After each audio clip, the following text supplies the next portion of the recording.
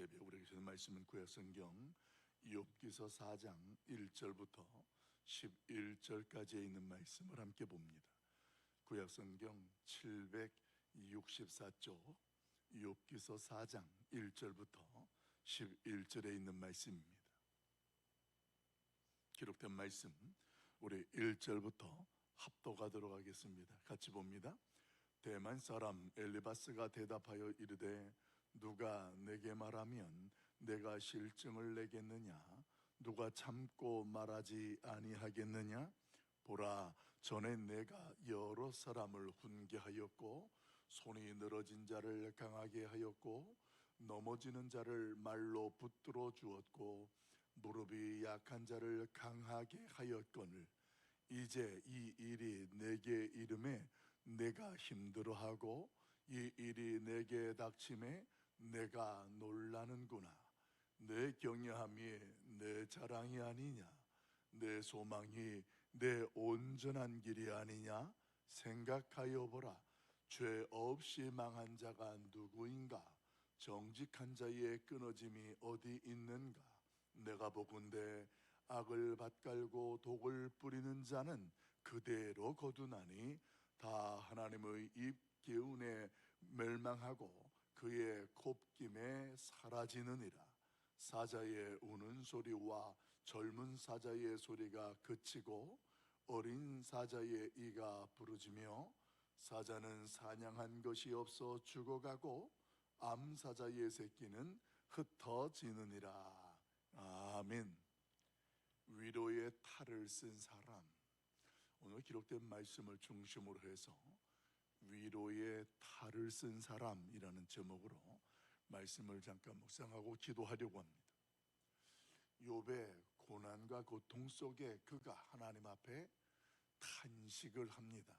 자신의 태어난 그 자신의 생명, 자신의 환경, 자신에게 일어나는 그 어떤 하나님의 섭리에 대하여서 처음에 탄식하며 하나님 앞에서 그 고통을 토로하는 모습을 전하게 되죠. 그런데 그때에 그 욥을 찾아왔던 친구들이 있는데 그 욥의 친구 중에 첫 번째 사람 엘리바스라는 사람이 오늘 그 욥에게 이야기하는 내용이 본문에 소개됩니다. 이 엘리바스라는 사람은 욥의 친구 중에서 가장 연장자입니다. 연장자이면서 경험도 많고 그리고 주변에 있는 사람들로부터 권의를 느끼는, 권위가 있는 삶을 살던 사람, 그 사람이 바로 엘리바스였습니다. 욥의 통곡과 고통을 보면서 누구인지 알아보지 못할 정도의 육체적 고난 속에 있는 욥을 보며 조심스럽게 입을 열었습니다. 이 엘리바스의 입장에서는 어떻게 하든지 간에 저 욥의 고통 속에 욥을 도와주고 싶었고 위로하고 싶다라는 모습으로 입을 열었습니다. 지난날 그 욥의 모습을 떠오르면서 욥이 예전에 고난을 당하였던 사람들에 대하여 어떻게 했었는지를 그 엘리바스가 욥에게 이야기합니다.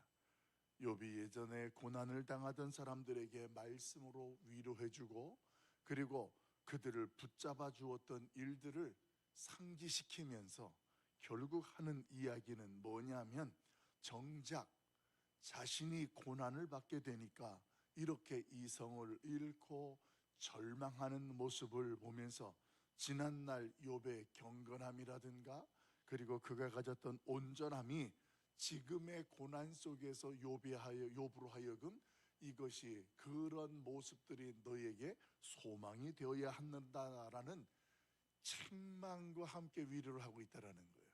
지금 이 엘리바스가 욥에게 하는 내용들의 말은 틀린 것이 하나도 없습니다.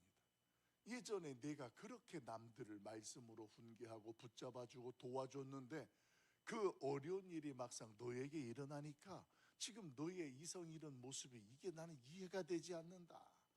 예전에 네가 남들에게 했던 것처럼 지금 너의 경건함이나 온전함이 현실적으로 고통당하는 너에게 소망이 되는 것이 옳은 것이 되지 않겠느냐.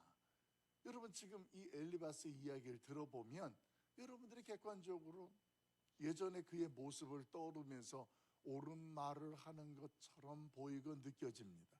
그런데 여러분, 솔직하게 이 엘리바스의 이야기를 여러분이 들을 때 정말 위로가 될까요?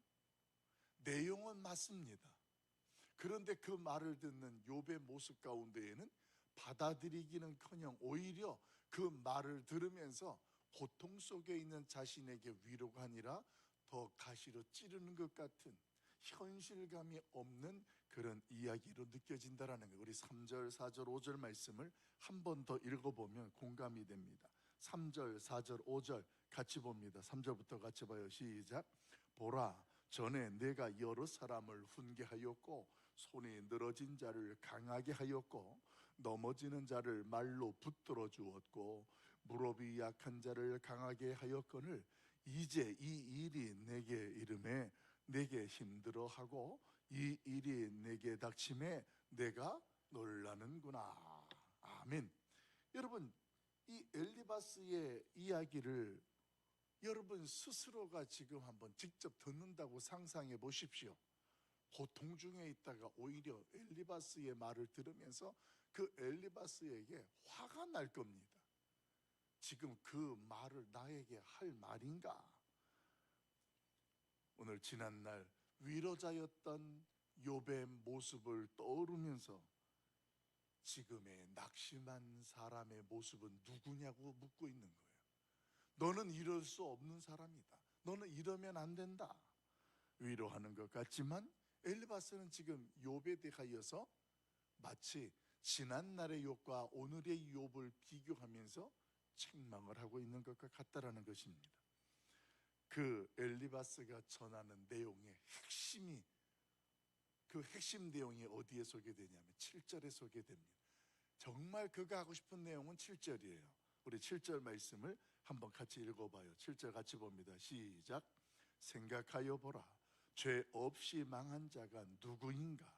정직한 자의 끊어짐이 어디 있는가? 아멘. 여러분, 7절에 있는 내용을 보게 되어지면 결론적으로 이 엘리바스가 그동안 자신이 인생을 살아오고 경험하고 내가 너에 대해서 잘 알고 내게 행했던 것들을 다 알고 있는데, 생각하여 봐, 잘 생각해 봐. 죄 없이 망한 자가 있었어? 지금 그렇게 묻는 거예요. 그러면서 정직한 자의 끊어짐이 어디에 있냐? 이 말은 정리하여 말하면 이 세상 사람들이 생각하는 원리, 인과응보라는 그 원리를 가지고 욥이라는 사람을 지금 투영하여 보고 있는 겁니다.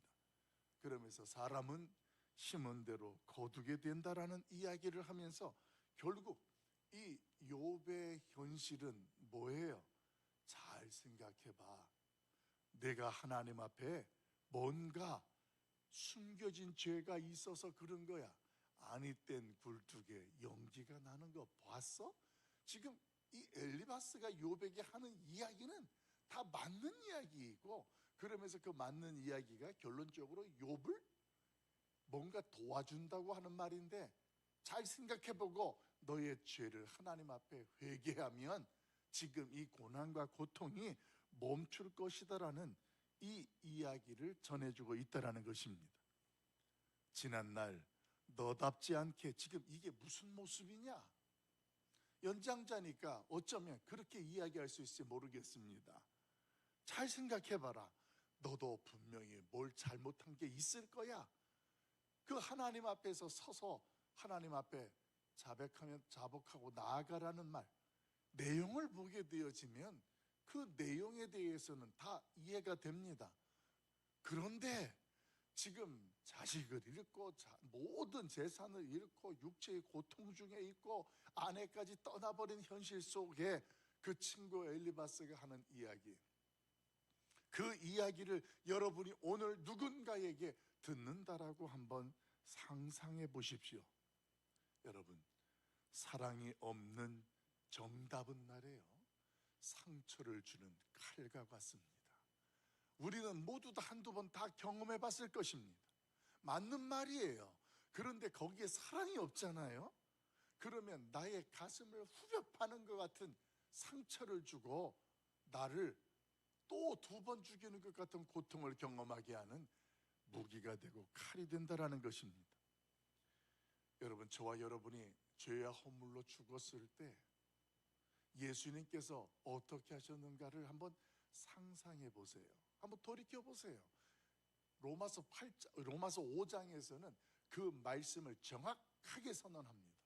우리가 죄인 되었을 때에, 우리가 그런 죄인이었을 때에 하나님께서 어떻게 하셨는지 그 모습들이 우리 가운데 분명히 선포됩니다. 우리는 알고 있습니다. 예수 그리스도께서는 우리의 죄를 들추기 전에 먼저 우리를 사랑하셨습니다.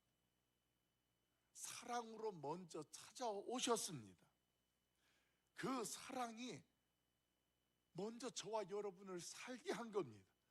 그 하나님의 사랑을 알게 되니까 그때 내 죄가 깨달아지는 거예요. 나의 죄 때문에 예수님이 십자가에서 저렇게 죽으셨구나, 은혜를 알게 되니까 그때 내가 하나님 앞에서 어떤 죄를 지었는지를, 죄를 깨닫게 되고 그 죄를 회개하게 되는 거예요. 이게 하나님 앞에서 우리가 받았던 은혜라는 것입니다. 하나님이 먼저 재판관처럼 너는 언제 무슨 죄를 지었고 너는 무슨 죄를 지었구나, 그래서 내가 너를 위해서 십자가에 죽어야 돼, 이러면서 우리의 죄를 먼저 그렇게 한 것이 아니고 그분은 우리의 죄를 이미 용서하시려고 사랑으로 찾아오신 거예요. 여러분, 예수님의 사역의 원리 세 가지를 제가 같이 공부했던 분들은 기억할 겁니다. 예수님이 이 땅에 오시 사역하실 때의 중심적인 원리 하나가, 첫째는 사랑으로 찾아가는 사역이었습니다. 사랑으로 먼저 찾아갔어요. 죄인이든 고아든 어떤 사람이든지 찾아가셨어요. 사랑으로 먼저 하셨어요. 그리고 두 번째, 그 사람의 필요를 채워주셨어요. 소경에게 내가 원하는 것이 뭐냐, 그래서 그 원하는 대로 그의 눈을 띄워주신, 사랑으로 찾아가시고 필요를 채워주시고, 그리고 나서 그 사람에게 참 진리를 말씀해 주셨어요. 다시는 죄를 짓지 마라. 참 진리를 그때 알려주니까 은혜를 입은 그 사람이, 은혜를 입은 우리가 하나님 앞에서, 그래, 하나님이 원하시는 건 이건데 내가 그동안 이랬구나, 그래서 회개하고 돌이키게 되는 것입니다. 여러분, 우리가 교회 공동체 안에서 우리의 모습을 한번 돌이켜 보십시다. 신앙생활을 20년, 30년, 40년 오랫동안 함께하면서 교회 공동체 안에서 함께하는 나의 모습이 위로의 탈을 쓰고 있지는 않았는가? 하는 말은 다 맞아요. 말은 맞는데 사랑이 안 느껴져요. 그 사람에게 빙자해서 그 사람을 정죄하고 아프게 하고 넘어뜨리는 우리의 모습이라면 그 모습이 현대판 엘리바스의 모습이 아닐까요? 이 시간 예수님의 사랑으로 찾아가고 그 사랑으로 위로하는 우리 가락성산교회가 되고 우리 모두가 될 수 있기를 예수님의 이름으로 간절히 축원합니다. 여러분, 맞는 말이 사람을 살리는 게 아니라 사람을 살리는 말이 맞는 말이에요. 이것은 굉장히 우리의 삶의 지혜가 되는 것 같습니다. 예전에 제가 여러분에게 말씀을 드렸던 내용이 똑같은 내용인데, 옳은 것이다, 옳은 것이 아니라는 말, 이게 옳은 것인데 이 옳은 것이 누군가를 죽이고 실족하게 한다면 그게 진정 옳은 것인 게 있는가? 우리 부모님들이 대부분 자녀들에게 그러잖아요. 자녀가 잘못하는 거, 옳지 않은 것을 알지만 내가 지금 이렇게 했다면 그 자녀가 절망하고 실족할 것 같으면 부모님은 그때에 침을 꿀꺽 한번 삼키죠. 그리고 나서 그 아이를 살리고 세운 다음 진정이 되고 그때에 옳은 것이 무엇인지를 그로 하여금 분별하고 알도록 하는 것. 여러분, 맞는 것, 우리가 보기에 이게 맞는 것이고 이게 더 옳다고 판단되는 것이 오늘 그 사람을 살리는 게 아닙니다. 사랑이 없으면 고린도전서 13장은 울리는 꽹과리와 같다. 아무리 좋은 말도 시끄러운 것이고 아무런 영향력이 없는 것과 같다라는 것입니다. 이런 이야기가 요한복음 9장에 가면 예수님께서 정확하게 말씀하십니다.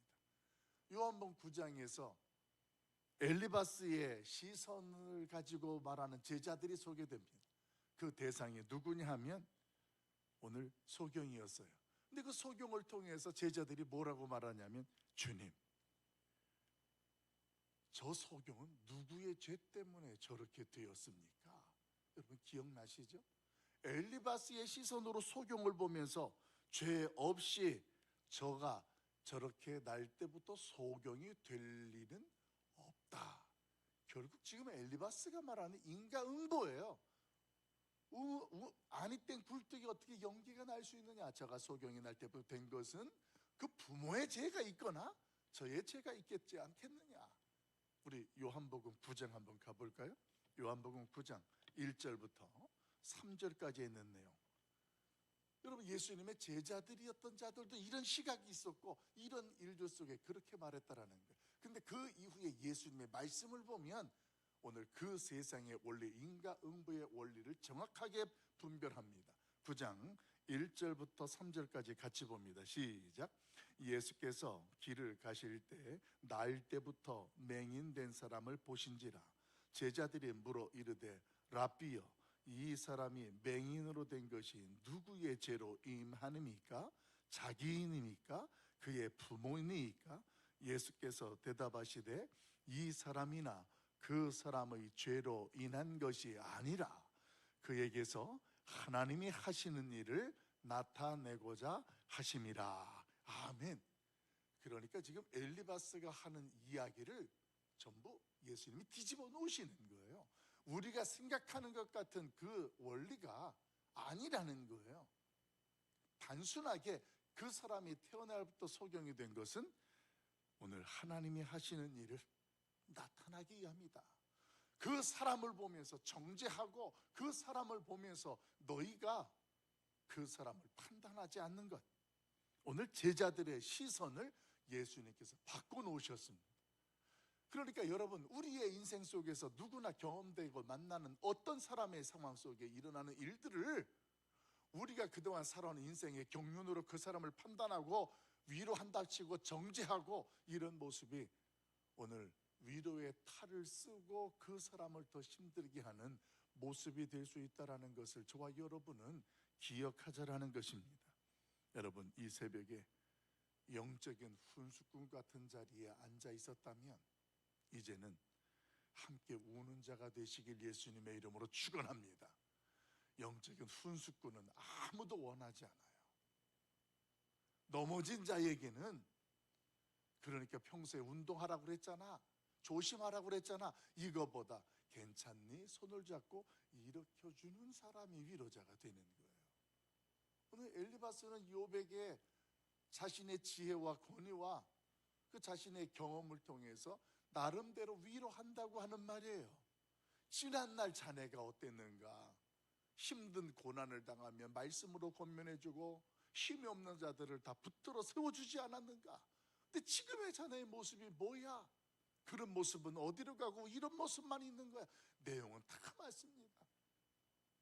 오늘 욥은 그런 모습 속에 영적인 훈수를 두는 사람을 원한 것이 아니라 고통 속에 함께 있고 함께 웃고 울 수 있는 그런 친구가 필요한 거예요. 여러분 정답을 주려고 하지 말고 사랑으로 안아주는 그런 하루가 되고 그런 우리의 인생이 되길 예수님의 이름으로 축복합니다. 나의 오름이라는 것이 오늘 현대판 엘리바스가 될 수 있다는 것을 기억하면서 사랑으로 먼저 그 누군가와 그 어떤 일을 대하십시오. 나의 오름이 결코 살리는 일이 되지 아니하고 세우는 일이 되지 아니한다면 침을 꼴깍 삼키십시오. 먼저 사랑하십시오. 그리고 난 뒤에 하나님의 은혜를 구하십시오. 하나님께서 오늘도 우리의 기도를 들으시고 우리의 삶의 현실 속에 누군가를 세우고 살리는 하나님의 은혜를 베풀어 주실 줄로 믿습니다. 기도하겠습니다. 사랑 많으신 아버지 하나님, 오늘도 우리 하나님께서 우리에게 찾아오셔서 말씀해 주시고 힘들고 어려운 사람들을 향하여 우리 하나님의 사랑이 우리를 통하여 흘러가게 하시고 그들을 세우고 살리는 하나님의 통로가 되게 하시니 감사합니다. 세상 방식에 익숙해 있고 세상 생각에 사로잡혀 있다 보니 우리는 어찌 원인 없이 이런 일들이 있을 수 있겠느냐 판단하며 그 사람의 고통보다는 그 일에 정답을 주려고 했던 우리의 모습을 이 시간 회개합니다. 우리의 자녀들에게, 우리의 남편에게, 우리의 아내에게, 나의 친구에게 오늘 우리의 모습이 그런 모습이었다면 하나님, 하나님의 뜻을 이루는 일에 오늘이 붙들림 받게 하여 주옵소서라는 우리의 기도가 되게 하시고 우리의 고통이 되게 하시고 우리의 삶이 되게 하여 주시옵소서. 누군가를 섬긴다라는 것, 나의 방식이 아니라 하나님의 사랑으로 하나님의 방식대로 섬기게 하시고 세우게 하셔서 사랑이 없는 정답이 아니라 위로를 주는 동행이 되게 하여 주시옵소서. 그 사랑이 오늘 나를 살게 했고 오늘 그 사랑이 오늘 나로 소망이 되게 하신 것을 기억하며 오늘도 주님 앞에 우리의 기도하는 모습 속에 그 누군가를 사랑하고 섬기는 모습 속에 하나님의 역사의 현장이 되게 하여 주시옵소서. 오늘도 우리 함께 하신 하나님, 우리의 간절한 기도 제목 위에 함께 하시고 또 우리의 육체의 질병 위에 긍휼을 베푸셔서 하나님이 하시는 일을 나타내는 통로가 되고 복된 날 되게 하여 주시옵소서. 모든 말씀을 우리 주 예수 그리스도 이름으로 간절히 축복하며 기도하옵나이다. 아멘. 하늘에 계신 우리 아버지여, 이름이 거룩히 여김을 받으시오며 나라가 임하옵시며 뜻이 하늘에서 이루어진 것 같이 땅에서도 이루어지이다. 오늘날 우리에게 일용할 양식을 주시옵고 우리가 우리에게 죄 지은 자를 사하여 준 것 같이 우리 죄를 사하여 주옵시고 우리를 시험에 들게 하지 마옵시고 다만 악에서 구하옵소서. 이게 나라와 권세와 영광의 아버지께 영원히 있사옵나이다. 아멘.